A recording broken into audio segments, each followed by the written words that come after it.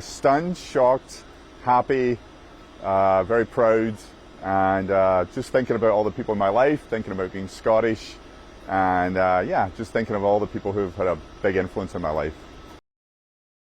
Well, I received a text and a phone call, and I received a text. My wife actually woke up, and the phone was buzzing, and she was annoyed because it woke her up. So she got up and moved my phone away, and it kept buzzing. So I was like, all right, I should go up and check. And then I thought it was a prank. So I called someone and said, I think this is a prank. I'm going back to sleep. So I went back to sleep, and then all of a sudden my phone started going ballistic, and then that was it. I went down, checked the New York Times, and remarkably it was true. There's an awful lot of chemists who are working in an area called catalysis, which is to try and make these reactions that make medicines faster. I'm one of those chemists, and we developed an area along with a number of other people that allowed you to do this type of making medicines faster by a completely different way. And so I think that's the reason why they chose us.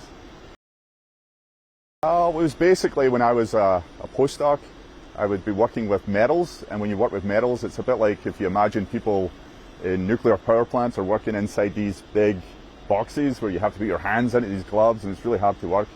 And I was really interested in the idea of, could you make catalysts that could exist out in the atmosphere that are completely robust, and they're not, you don't have to work in these big sort of boxes and suits, and would that have an impact on the world, hopefully? And we went off to try it, and it worked. It was great. Really just thinking about the way people would perform these reactions that allow you to make medicines, allow you to make materials, allow you to make lots of other things. At that point, we were just hopeful we could actually even come up, the concept would work, but we were also, with an eye on, we hoped it would have an impact beyond that. At the time, we understood that aspect of it. We knew that it would be more environmentally sustainable. So that was something we absolutely cared about from the very first moment. And so we recognized that not only would it make it faster, cheaper, it would also make it that would be better for basically the environment, better for the world. Yeah, it was basically, there's a thing in chemistry called activation, where you're lowering the barrier to do a chemical reaction. We thought we could use these molecules, these amines, in combination with this functional group called a carbonyl, to lower the activation barriers for a whole range of lots of different reactions. And I remember when we got the first one to work, I remember walking into my office, this was 23 years ago, and jumping up and down.